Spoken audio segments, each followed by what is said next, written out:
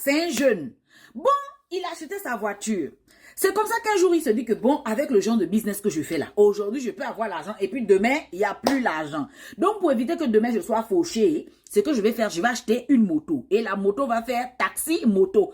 Comme ça, avec l'argent de taxi-moto là, au moins, j'aurai toujours quelque chose dans mes poches. C'est comme ça que le jeune prend l'argent. Il a déjà acheté sa voiture, hein. Il achète maintenant une moto. Sauf que le jeune n'a pas le permis moto. Il prend la moto et il remet à un monsieur. Et c'est le monsieur là qui va conduire la moto pour faire taxi-moto. Il dit au monsieur que bon, tu vas faire taxi-moto avec la moto là. Chaque semaine, tu me donnes la recette. Le monsieur en question accepte. Ok, oh. Première semaine, voici la moto qui est sur la route pour faire taxi-moto. Donc, la première semaine, le monsieur à qui on a remis la moto pour faire taxi-moto là, la première semaine, il a remis l'argent de la recette au jeune. Deuxième semaine, il a remis l'argent de la recette de la moto au jeune. La troisième semaine, le monsieur décide de fuir avec la moto du jeune. Le voilà qui disparaît dans la nature avec la moto du jeune. Et voici le jeune là qui est là. Le jeune se dit que quoi? Moi, le grand Biggie, ma moto que j'ai achetée, je te donne que non, fais taxi-moto.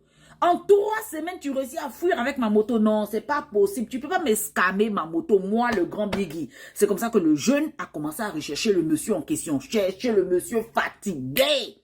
Pendant 1 mois, rien. 2 mois, rien. 3 mois, rien. Le 4e mois, il faut savoir que le monsieur qu'on a remis la moto là, il parle une certaine langue. Il vient d'une certaine ethnie. Donc, le 4e mois, le jeune à qui on a volé la moto se dit, bon, comme le monsieur que j'ai remis la moto parle une certaine langue, une certaine ethnie, eux, dans leur ethnie, ils ont leur grand marché là-bas. Depuis que je cherche le monsieur que j'ai remis ma moto là, je ne le retrouve plus. Mais je ne suis pas encore parti fouiller dans leur grand marché là-bas. Dans leur grand marché là-bas, eux, ils parlent la même ethnie là-bas. C'est leur fief là-bas. Attends, je m'en vais d'abord regarder là-bas. Il arrive dans leur marché, dans l'espoir de retrouver le monsieur à qui il avait remis la moto. Donc, il regarde à gauche, à droite. Quand il regarde vers la droite comme ça là, il voit un groupe de motards bien regroupés. Tu vois les taxis-motos, quand il n'y a pas les clients, ils garent leur moto et puis ils sont entre eux en train de parler quand il n'y a pas les clients. Donc, quand il regarde bien dans le groupe de motards là, il reconnaît le monsieur à qui il avait donné la moto. Tout de suite aussi, il reconnaît sa moto. Donc, il s'approche du monsieur et il saisit la moto. Déjà, le jeune était fâché parce que depuis 3 mois, il recherche ce monsieur-là. Le jeune aussi était fâché parce que le jeune avait raison. Donc, le jeune aussi il s'est pas ressaisi. Il s'est laissé aller. Quand il a saisi la moto, il a commencé à faire les grands gestes, parler avec les grands gestes. Genre, ouais, aujourd'hui là, je récupère la moto. Donne-moi la moto là. Ouh, ouh, ouh. Donc, il parlait avec les grands gestes et il a saisi la moto. Il dit qu'il ne laisse pas le monsieur partir avec la moto. Sauf que le monsieur est dans son fief. Ceux qui sont autour là, ce sont ses confrères. Ils parlent tous la même langue. Le jeune qui appartient à la moto ne parle pas leur langue. Donc, les confrères motards autour étaient étonnés. C'est comme ça que les confrères motards demandent au monsieur qu'on avait remis la moto là en langue que c'est comment?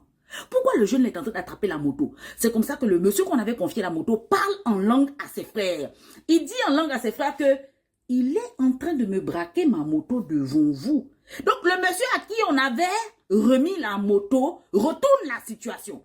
Donc, il accuse maintenant le jeune, mais il parle dans sa langue. Il dit, le jeune que vous voyez qui veut prendre la moto là, c'est un voleur. Il est en train de m'arracher ma moto devant vous. Il est en train de me braquer. C'est un mini braquage qui se passe devant vous. C'est comme ça que les confrères motards disent, quoi? Tu veux nous dire que le jeune a eu le courage de marcher devant nous tous pour venir t'arracher la moto devant nous? Il ment de dire que c'est sa moto. Donc, c'est un braquage. C'est comme ça que le monsieur à qui on avait remis la moto dit, oui, mais tout ça, il parle en langue. Oui, c'est un braquage, c'est ma moto. Vous-même, quand vous regardez le jeune là, ça peut être sa moto. Donc, c'est comme ça que les confrères aussi ont regardé l'allure du jeune. Ils ont dit non, c'est un braquage. Le jeune est en train de te braquer ta moto. Et là, maintenant, qu'est-ce que les confrères ont fait? Ils ont crié dans le marché. Voleur, voleur, il veut voler la moto de notre frère. Il veut voler la moto. C'est comme ça que la situation a été retournée. Tout de suite, tout le marché est sorti. Et c'était maintenant du n'importe quoi. C'était chaud dans le marché. Ils ont utilisé tout sur le jeune. Les briques, les bois, les ceci, les cela. Le jeune est en train de dire que c'est ma moto. Malgré ça, oh. Et vu l'allure du jeune, tu vois, vu l'allure du jeune, ils se sont dit que bon, peut-être que ce jeune-là ne peut pas acheter une moto, alors que le jeune a même déjà acheté une voiture.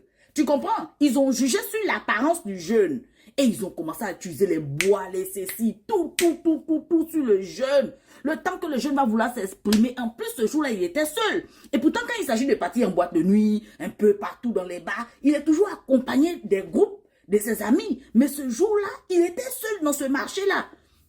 Le temps qu'il va parler que c'est ma moto, trop tard. Trop tard, c'est la police qui est seulement venue chercher sa dépouille. Ok, le jeune en question, il est décédé alors qu'il avait raison. Mais sauf que la nouvelle a commencé à voyager. Pour dire que non, du côté du marché des gens de telle ethnie là, du côté là, ils viennent de Kruk, un jeune. Et le jeune qu'ils ont Kruk avait raison. Ah bon? Et le jeune qu'ils ont Kruk est de quelle ethnie? C'est comme ça qu'ils ont cité l'ethnie du jeune qu'ils ont Kruk. Quand on a cité l'ethnie du jeune qu'on a Kruk, et en plus on a montré la photo du jeune qu'on a Kruk, les gens ont commencé à reconnaître le jeune que mais. Le jeune qu'on a Kruk là, c'est un jeune boucantier. On le connaît au quartier ici. Ah non, on ne peut pas le Kruk comme ça. Et en plus, il a raison. C'était sa moto. Pourquoi ils ont fait ça? Donc, les jeunes du quartier de celui qu'on a Kruk là, les jeunes de son quartier se sont organisés maintenant. En groupe et en masse. Pour aller rencontrer les jeunes du marché. Et arriver au marché là-bas, c'était la débandade. Ça a chauffé ce jour-là. C'est la police qui est venue les séparer. Et quand la police est venue les séparer, c'était trop tard. Il y a eu 10 personnes de plus qui avaient cru ce jour-là au marché. 10 personnes de plus. À part le jeune qui appartenait à la moto qu'ils ont cru. Ce jour-là, avec la débandade, 10 personnes de plus encore ont cru. Ok. Voilà maintenant le jeune là aussi qui est en train de rendre témoignage. Le jeune faisait partie des gens qui sont partis faire chauffer au marché là. Le jeune là, il faisait partie des gens qui se sont organisés pour aller faire chauffer le marché. Il dit que lui, il était tranquille à la maison. Tu comprends? Il dormait tranquillement. C'est comme ça que l'un de ses amis est venu en courant chez lui pour lui dire que Joe, il paraîtrait qu'ils ont cru l'un de nos gars au marché. Toi, tu es là, tu dors. Celui qui est à l'hôpital, c'est lui qui raconte lui aussi sa petite histoire dans l'histoire là-haut. Il dit que son ami est venu le chercher à la maison pour dire, toi, tu es là, tu dors. Il paraîtrait qu'on a cru que l'un de nos gars au marché là-bas.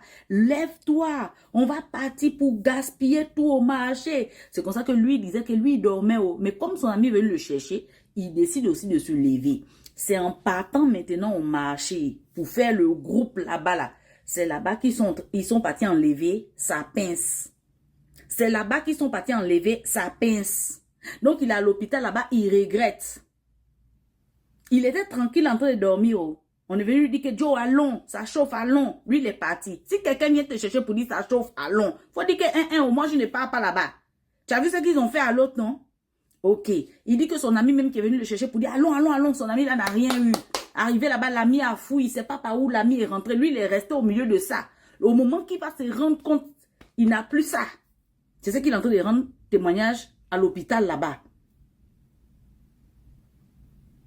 Le monsieur qu'on avait confié la moto, lui, jusqu'à présent, on ne sait pas si la police a pu mettre la main sur lui. Et même si la police a mis la main sur le monsieur qu'on avait confié la moto, la police ne va pas dire. Parce que le cas est vraiment grave.